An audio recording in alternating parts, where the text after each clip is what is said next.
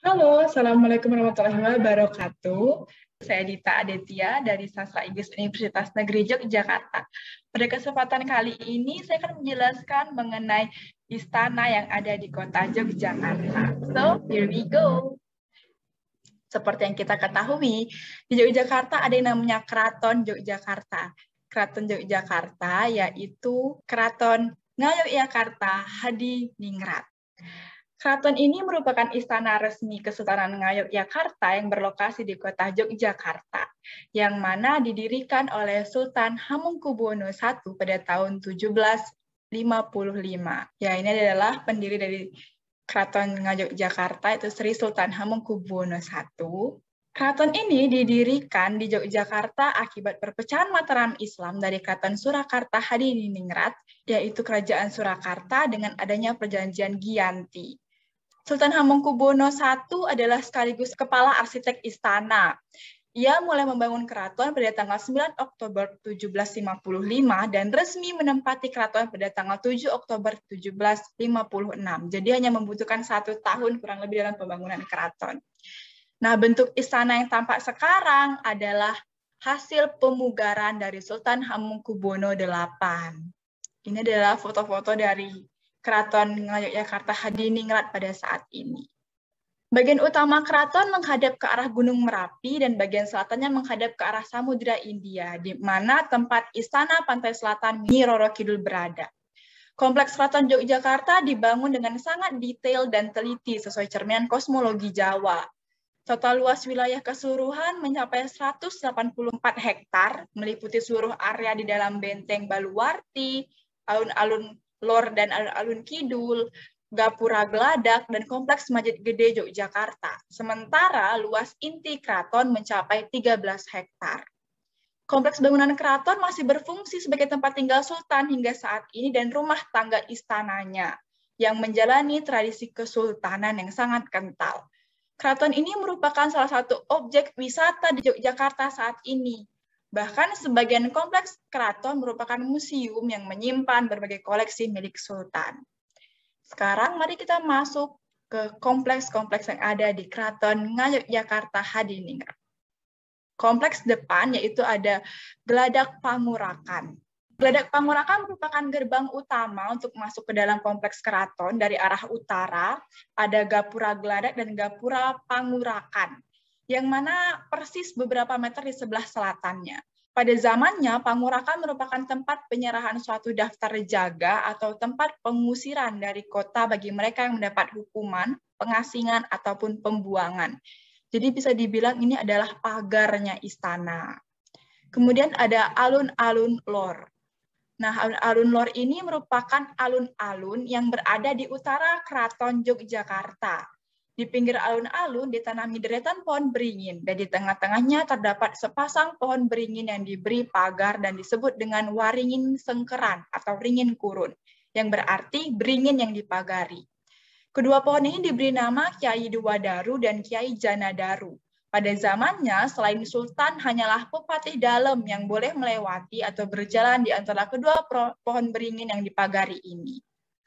Pada zaman dahulu, alun-alun Lor ini digunakan sebagai tempat penyelenggaraan acara dan upacara kerajaan yang melibatkan rakyat banyak, di antaranya upacara garebek serta sekaten, acara watangan serta rampongan macan, pisowangan ageng, dan sebagainya. Sekarang, tempat ini sering digunakan untuk berbagai acara yang melibatkan masyarakat banyak, seperti konser musik, kampanye, rapat akbar, tempat penyelenggaraan ibadah Hari Raya Islam, sampai digunakan untuk berkumpul warga sekitar di sore hari dan tempat parkir kendaraan untuk wisatawan. Kemudian dari kompleks utama lainnya adalah Masjid Gede Kesultanan.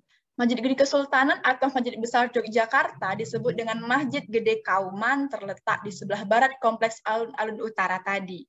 Pada zamannya, ini adalah tempat sultan untuk beribadah, sehingga kompleksnya dikelilingi oleh suatu dinding yang tinggi untuk alasan keamanan. Pintu utama kompleks terdapat di sisi timur.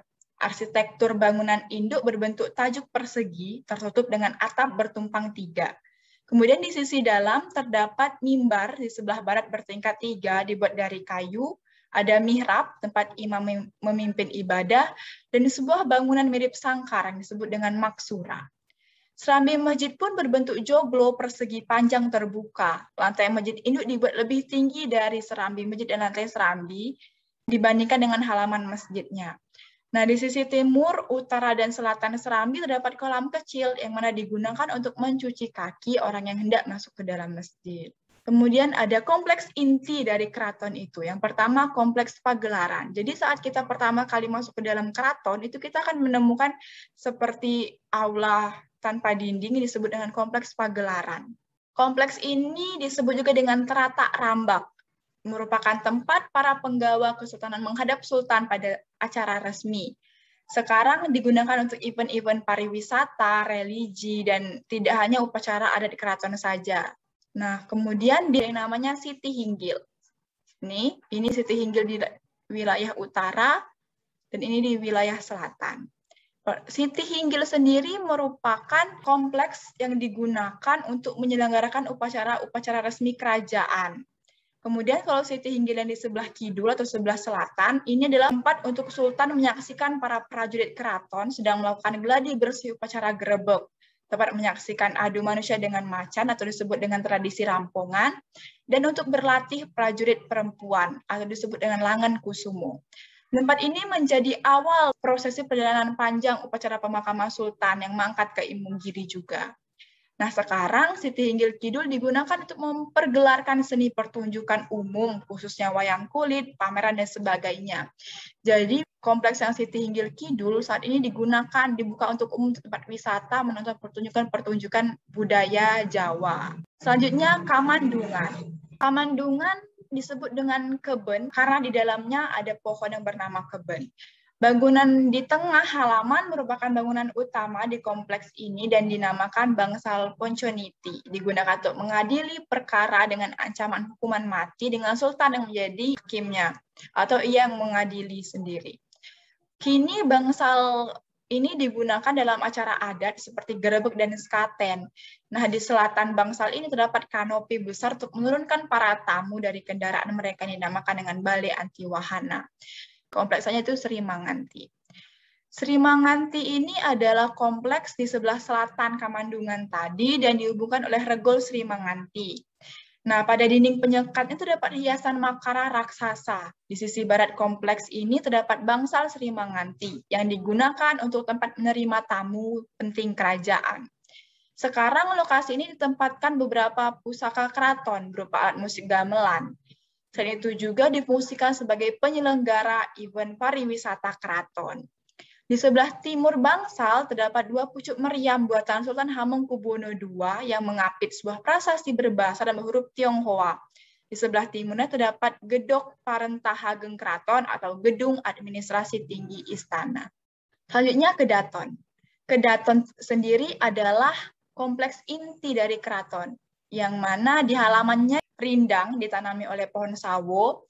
Kemudian daerah kompleks ini dibagi menjadi 3 bagian. Yang pertama ada pelataran Kedaton yang merupakan bagian sultan, kemudian Keputaran atau merupakan bagian istri dan putri sultan, dan yang terakhir Kesatria yang merupakan bagian-bagian untuk para putra sultan.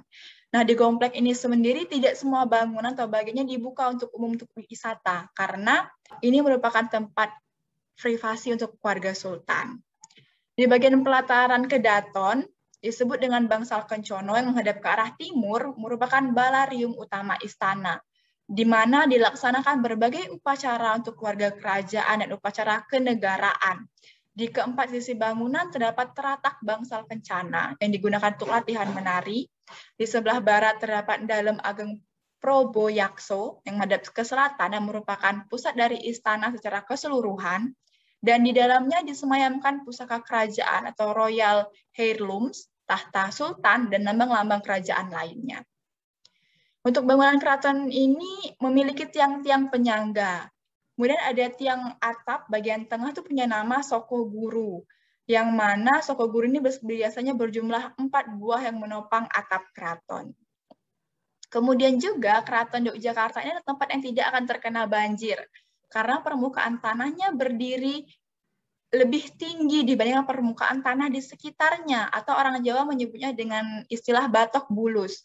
Letak keraton terhindar dari banjir meskipun hujan deras mengguyur. Kemudian kompleks selanjutnya adalah Kamagangan. Kamagangan terletak di sisi selatan kompleks dari keraton tadi. Yang menghubungkan kompleks keraton dengan kompleks Kamagangan disebut dengan Regol Kamagangan. Gerbang ini begitu penting karena di dinding penyengkat sebelah utara terdapat patung 2 ekor ular yang menggambarkan tahun berdirinya Keraton Yogyakarta. Dahulu kompleks Kamagangan digunakan untuk penerimaan calon pegawai atau abdi dalam yang ingin magang, tempat berlatih dan ujian serta apel kesetiaan para abdi dalam yang magang. Bangsal Magangan yang terletak di tengah halaman besar digunakan sebagai tempat upacara bedol songsong dengan pertunjukan wayang kulit yang menandai selesainya seluruh proses ritual di keraton. Selanjutnya kompleks belakang, yaitu ada alun-alun kidul. Tadi ada alun-alun lor, sekarang alun-alun kidul. Alun-alun kidul adalah alun-alun yang terletak di selatan Keraton Yogyakarta, yang sering pula disebut dengan Pengkeran. Alun-alun ini dikelilingi oleh tembok persegi yang memiliki 5 gapura, 1 buah sisi selatan dan timur, dan 2 buah masing-masing di barat. Di antara gapura utara dan selatan, terdapat gajahan sebagai kandang guna memelihara gajah milik sultan. Kemudian di sekeliling alun-alun ditanami pohon mangga, pakel, dan kuini. Pohon beringin terdapat 2 pasang di alun-alun ini. Sepasang di tengah alun-alun yang dinamakan dengan supit urang atau capit udang, dan sepasang lagi di kanan dan kiri gapura. Yang di sebelah selatan dinamakan dengan wo, yang berasal dari kata brewo yang berarti jenggot. Kemudian ada juga kompleks terakhir yaitu Pelengkung Nirbaya. Pelengkung Nirbaya sendiri merupakan ujung selatan poros utama keraton. Di tempat ini, Sultan Hamengkubuwono I masuk ke keraton pada saat perpindahan dari Kedaton Ambar ke Tawang. Gerbang ini secara tradisi digunakan sebagai rute keluar untuk prosesi panjang pemakaman Sultan ke Imogiri.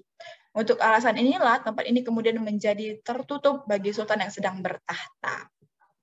So ya, itulah tadi beberapa bagian-bagian dari kompleks utama dari Keraton Ngayogyakarta Hadiningrat. Nah, sekarang keraton ini tuh dibuka untuk tempat wisata. Jadi bagi kalian yang berkunjung ke Yogyakarta, boleh nih mengunjungi Keraton Hadiningrat di Jalan Roto Wijayan Blok nomor 1, Pandambahan, Kecamatan Keraton, Kota Yogyakarta, Daerah Istimewa Yogyakarta.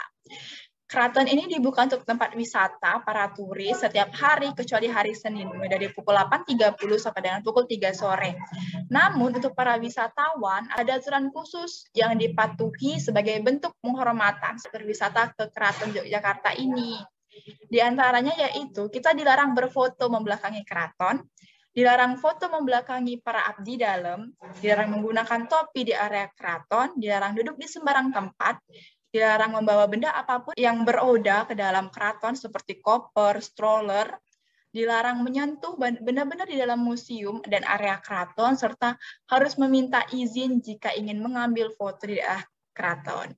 So, itu dia mengenai istana yang ada di kota Yogyakarta. Silakan berkunjung jika mengunjungi Yogyakarta. Terima kasih. Wassalamualaikum warahmatullahi wabarakatuh.